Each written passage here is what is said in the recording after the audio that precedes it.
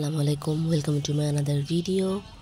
সকাল সকাল ঘুম থেকে উঠে আমি আর আজমি চলে যাচ্ছি চিওড়া 14 গ্রাম আমার নিজের বাড়িতে।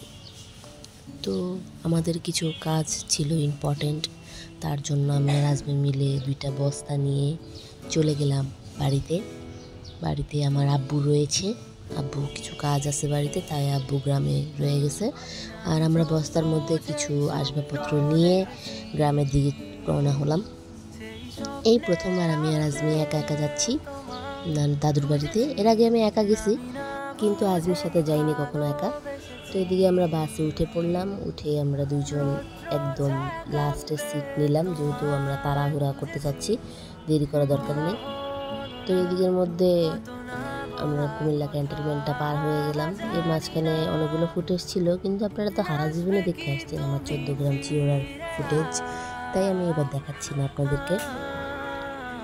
তারপর আমাদের বাস থামলো একটা ঘাটিয়াসা রেস্টুরেন্ট জমজমে, যেখানের মধ্যে কোনো কচুর মাথাও পাওয়া যায় না।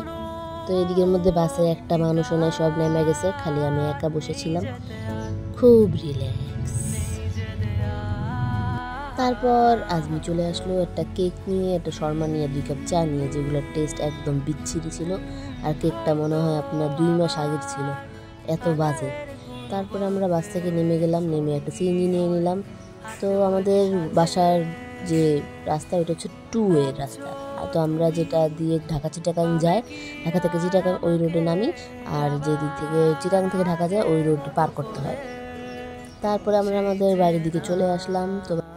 তো বাড়ির দিকে চলে এসে আমি আর আজমি তালা খোলার জন্য বসে আছি আব্বুর জন্য। আর আপনাদের তো কখনো আমাদের নিজেদের বাড়িটা দেখানো হয়নি, সবসময় আশেপাশে সব কিছু দেখানো হয়েছে। তো এটা হচ্ছে আমাদের নিজেদের বাড়িটা, আর এটা হচ্ছে আমাদের বাড়ির ছাদ, যেটা পুরা এলাকার মধ্যে সবার প্রথমে হয়েছে বিল্ডিংটা, তাই একটু পুরান লাগতেছে। তো আমাদের বাড়ির আশেপাশে অনেকগুলো গাছ আছে। তো এটা হচ্ছে আমাদের জাগার গাছের পেঁপে গাছ। তো ওখান থেকে, যেটা আমাদের কাকা লাগাইছে, ওখান থেকে আর কি আমরা পেঁপে বেড়া নিতেছি। তো আমি যেহেতু পারতেছি না, দেখতেছি যে আব্বু বলতেছে যে দাও আমি পেড়া দিই। পরে আব্বু একটা গুতা মারছে, আর সাথে সাথে পড়ে গেছে, মানে আমার এতক্ষণের কষ্ট সব বৃথা। তারপরে আমরা চেয়ারম্যান অফিসে গেলাম, চেয়ারম্যান দাদার সাথে কথাবার্তা বললাম, বলে আমরা এখন রওনা দিব আমার বন্ধু সাজ্জাদের বাড়িতে।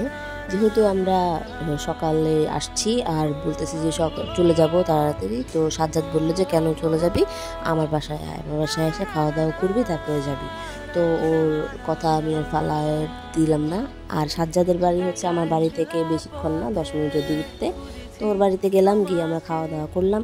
খাওয়া দাওয়া করে বেশিক্ষণ থাকতে পারি নাই, কারণ আমাদের যেহেতু ঢাকার উদ্দেশ্যে রওনা দিতে হবে আবার তাড়াতাড়ি। তো আমরা একটা সিএনজি নিলাম, সিএনজি নিয়ে আমাদের বাড়ির উদ্দেশ্যে, মানে আমাদের ঢাকার উদ্দেশ্যে রওনা দিয়ে দিলাম।